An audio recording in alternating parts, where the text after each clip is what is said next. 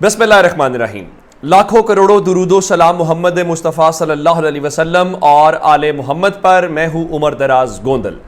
4 گھنٹے آج قومی سلامتی کمیٹی کا اجلاس ہوا ہے اور 4 گھنٹے ایک اجلاس ہے۔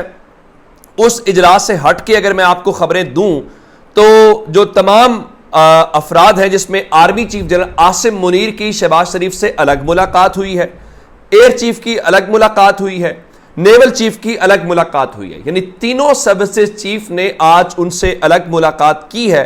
اور ملاقات کے بعد ایک اعلامیہ اس وقت اب سے چند منٹ پہلے قومی سلامتی کمیٹی کا وزیر اعظم ہاؤس سے جاری کر دیا گیا۔ میں آپ کو اس کا کرکس بتانا چاہتا ہوں کہ یہ آج کا قومی سلامتی کمیٹی اجلاس، یہ جو تیلی لگانے کی حکومت کی کوشش ہے، وہ کامیاب نہیں ہوئی۔ میں آپ کو وہ پہلو بتانے والا ہوں جس سے آپ کو اندازہ ہوگا کہ فوج کیا سوچ رہی ہے، فوج نہیں مان رہی ان کی بات۔ چلیے میں آغاز کرتا ہوں، اعلامیہ پڑھتا ہوں۔ اب ظاہر ہے جو کچھ ہوا، اگر تحریک انصاف یہ کہہ رہی ہے کہ ہم نے کور کمانڈر ہاؤس کے اوپر ہم نے حملہ نہیں کیا، ہم نے نہ اس کو اشتعال دلایا، تو پھر یہ سمجھ لیجئے کہ بات کون ہے۔ آج تحریک انصاف کا اعلامیہ بھی بڑا امپورٹنٹ ہے اور اس کے بعد قومی سلامتی کمیٹی کا اعلامیہ بھی بڑا امپورٹنٹ ہے۔ میں ذرا قومی سلامتی کمیٹی اجلاس کا اعلامیہ جو وزیر اعظم ہاؤس سے آیا ہے اس میں پڑھوں گا، اس کا پھر پوسٹ مارٹم کرتے ہیں۔ بڑی دلچسپ چیزیں اس میں لکھی گئی ہیں۔ لکھا گیا جی، وزیر اعظم شہباز شریف کی زیر صدارت قومی سلامتی کمیٹی کا اجلاس منگل کو وزیر اعظم ہاؤس میں منعقد ہوا، جس میں وفاقی وزراء، chairman joint chiefs of staff committee, تینوں سروسز چیفز، سلامتی سے متعلق اداروں کے سربراہان اور دیگر اعلیٰ حکام نے شرکت کی۔ اجلاس نے اعادہ کیا کہ ملک میں تشدد اور شر پسندی کسی صورت برداشت نہ کرتے ہوئے زیرو ٹالرنس کی پالیسی اپنائی جائے گی۔ بالکل ٹھیک ہے، کون کہتا ہے ملک میں تشدد ہو، کون کہتا ہے شر پسندی ہو؟ یہ ہر پاکستانی چاہتا ہے ایسا نہ ہو۔ آگے چلتے ہیں۔ اجلاس نے 9 مئی کو قومی سطح پر یوم سیاہ کے طور پہ منانے کا اعلان کیا۔ آگے چلتے ہیں۔ قومی سلامتی کمیٹی کے شرکاء نے پاکستان کی مسلح افواج کے ساتھ مکمل یکجہتی اور حمایت کا اظہار کیا۔ ہر پاکستانی اپنی فوج کے ساتھ ہے، یکجہتی کا اظہار کرتا ہے، یہ ہماری فوج ہے، یہ پاکستان کی فوج ہے۔ آگے شرکاء نے ذاتی مفادات اور سیاسی فائدے کے حصول کے لیے جلاؤ، گھیراؤ اور فوجی تنصیبات پر حملوں کی سخت الفاظ میں مذمت کی ہے۔ شرکاء نے اعادہ کیا کہ فوجی تنصیبات اور عوامی املاک کی حرمت و وقار کی کوئی خلاف ورزی بالکل برداشت نہیں کی جائے گی اور 9 مئی کے یوم سیاہ میں ملوث تمام عناصر کو انصاف کے کٹہرے میں کھڑا کیا جائے گا۔ اجلاس نے آئین کے مطابق متعلقہ قوانین بشمول پاکستان آرمی ایکٹ اور آفیشل سیکرٹ ایکٹ کے تحت ٹرائل کے ذریعے شر پسندوں، منصوبہ سازوں، اشتعال پر اکسانے والوں اور ان کے سہولت کاروں کے خلاف مقدمہ درج کر کے انصاف کے کٹہرے میں لانے کے فیصلے کی تائید بھی کی ہے۔ فورم نے واضح کیا کسی بھی ایجنڈے کے تحت فوجی تنصیبات اور مقامات پر حملہ کرنے والوں کے خلاف کوئی رعایت نہیں برتیں گے۔ اجلاس کے شرکاء نے شہداء اور ان کے اہل خانہ کو زبردست خراج تحسین پیش کیا۔ پوری پاکستانی قوم اپنے شہداء کی قرض دار ہے۔ کون ہے جو اس ملک کے لیے جان قربان کرے اور اس کی قربانی کو سلام پیش نہ کیا؟ کوئی ایک پاکستانی بھی ایسا نہیں ہوگا، ہر کوئی۔ میں ہمیشہ کہتا ہوں کہ جو آزادی کا چراغ ہے وہ شہیدوں کے خون سے جلا کرتا ہے۔ آگے چلتے ہیں۔ ابھی حکومت نے اس اجلاس کو بیسیکلی تیلی لگانے، آگ لگانے، جو آج تحریک انصاف کری تھے، ملک کی بڑی سیاسی جماعت اور فوج کو لڑانے بھڑکانے کی کوشش مسلم لیگ نون عملی طور پہ کر رہے ہیں۔ یہی آج چودھری پرویز الہی نے اپنے بیان میں کیا۔ اجلاس نے سوشل میڈیا کے قواعد و ضوابط کے سختی سے نفاذ، قاعدوں پر عمل درآمد کو یقینی بنانے کی ہدایت کی تاکہ بیرونی سرپرستی اور داخلی سہولت کاری سے کیے جانے والے پراپوگینڈے کا تدارک کیا جا سکے اور اس کا ارتکاب کرنے والے عناصر کو قانون کے کٹہرے میں کھڑا کیا جائے۔ عمران خان نے فیک نیوز کے حوالے سے بہت کام کیا تھا اور میڈیا نے شور مچایا تھا کہ عمران خان میڈیا کی آزادی کے اوپر قدغن گا رہا ہے۔ تو عمران خان تو پہلے دن سے بات کر رہے ہیں کہ فیک نیوز ختم ہونی چاہیے اور یہ وہی بات ہے۔ اب جناب اگلی ساری لائنیں پڑھ کے آپ مسلم لیگ نون کو سنائیں، حکومت کو سنائیں اور ان سے پوچھیں کس عقل مند نے آپ کو کہا تھا کہ اس فورم کو اپنے سیاسی مقصد کے لیے استعمال کرنے کی ناکام کوشش کریں۔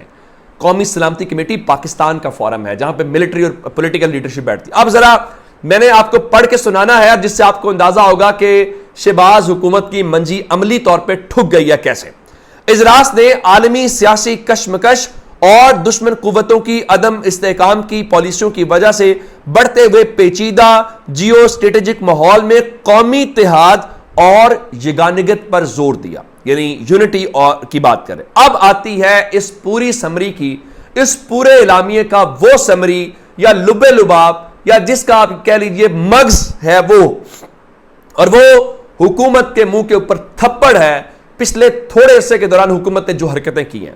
فورم نے سیاسی اختلافات کو محاذ آرائی کے بجائے جمہوری اقدار کے مطابق مذاکرات کے ذریعے حل کرنے کی ضرورت پر زور دیا ہے۔ اب پہلی بات، سیاسی اختلافات سے کیا مراد ہے؟ سیاسی اختلافات کس کے درمیان ہو سکتے ہیں؟ جو حکومت کی جماعتیں ہیں ان کے درمیان کیا سیاسی اختلافات ہیں؟ وہ سب ایک پیج کے اوپر ہیں۔ اختلافات ہیں اس وقت جو اپوزیشن کی سب سے بڑی اور واحد جماعت ہے تحریک انصاف اور باقی تمام جو 13-14 سیاسی جماعتیں ہیں حکومت کے اندر، ان کے درمیان۔ اگلا لفظ امپورٹنٹ ہے، محاذ آرائی کے بجائے۔ جو مسلم لیگ نون پوری کوشش کر رہی ہے، گھروں پہ ریڈ کیا جا رہا ہے، شیریں مزاری کو، فلک ناز سینیٹر جو ہیں ان کو آج اسلام آباد ہائی کورٹ نے رہا کیا، اس کے بعد دوبارہ گرفتار کر لیا گیا۔ فواد چوری کو ضمانت ملی، اس کے بعد دوبارہ گرفتار کرنے کی کوشش کی گئی۔ اچھا، اس سے اگلی بات، جمہوری اقدار کے مطابق مذاکرات کے ذریعے حل کرنے کی ضرورت پر زور دیا۔ اس کا مطلب یہ ہے قومی سلامتی کمیٹی نے یوں کان سے حکومت کو پکڑا اور کہا مذاکرات کریں۔ یہی بات کل کی چیف جسٹس نے کی کہ نہیں کی، جب انہوں نے کہا کہ اٹارنی جنرل صاحب مذاکرات کا کیا بنا، چلیں اس کو بھی چھوڑ دیتے ہیں۔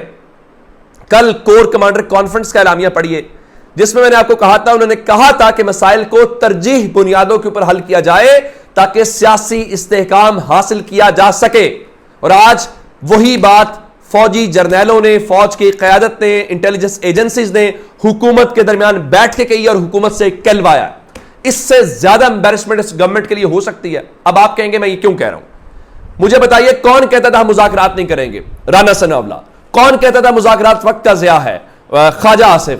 کون کہتا تھا دیگر اتمام حجت کر رہے ہیں؟ اور آپ کو پتا ہے نواز شریف مذاکرات کا سب سے بڑا مخالف ہے۔ کون کہتا تھا مریم نواز کہتی تھی تحریک انصاف دہشت گرد ہے، مذاکرات نہیں کریں گے؟ اب قومی سلامتی میں کہتے ہیں ہم نے مذاکرات نہیں کرنے۔ اس کا مطلب یہ ہے کہ آپ آج پٹ گئے ہیں۔ یہ اعلامیہ حکومت کے خلاف بنیادی طور پہ، تحریک انصاف تو خوش ہوگی، وہ تو کہیں گے۔ اور میں آپ کو ایک اور بات بتا دوں، تحریک انصاف نے آج ملاقاتیں کی ہیں خان صاحب نے، اور انہوں نے اپنے ٹکٹ ہولڈرز کو کہا ہے کہ جناب 2 ہفتوں کی بات ہے، ذرا ڈٹ جائیں، حالات بالکل ٹھیک ہو جائیں گے۔ اب آتا ہوں اس بات کے اوپر کہ آج ایک ملاقات جو ہوئی ہے زمان پارک کے اندر، باقی ملاقاتیں چھوڑ دیں۔ پہلی ملاقات جو ہے وہ آپ دیکھ رہے ہوں گے، ایک صاحب کیمروں سے بچ کے آنے کی کوشش کر رہے تھے، لیکن ظاہر ہے کیمرے پیچھا کرتے ہیں اور بچنا بہت مشکل ہو جاتا ہے۔ میں نے آپ کو ایک خبر دی تھی کہ جناب وہ کچھ شخصیات ملاقات کریں گے عمران خان سے اور آرمی چیف سے۔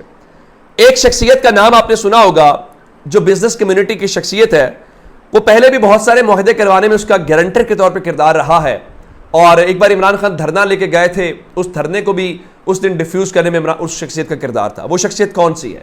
وہ شخصیت عقیل کریم ڈھیڈی ہے۔ عقیل کریم ڈھیڈی جو ہیں وہ ایک انفلوئنشل پرسنالٹی ہے، ایک بزنس مین ہے، اور وہ آج آئے ہیں زمان پارک اور ان کی عمران خان سے ملاقات ہوئی ہے۔ اور اس ملاقات کا مطلب کیا ہے؟ اس ملاقات کا مطلب بہت واضح ہے کہ میسیجز کنوے ہو رہے ہیں۔ آگے چلتے ہیں، ایک ملاقات کی خبر اور لے لیجئے۔ میں نے آپ کو بتایا تھا کہ متحدہ عرب امارات کے صدر نے آرمی چیف کو فون کیا ہے، اور وہ بھی کہہ رہے ہیں کہ ہم موجودہ صورتحال پہ پریشان ہیں، ہم چاہتے ہیں کہ پاکستان کے حالات بہتر ہوں۔ اب اگلی خبر سن لیجئے۔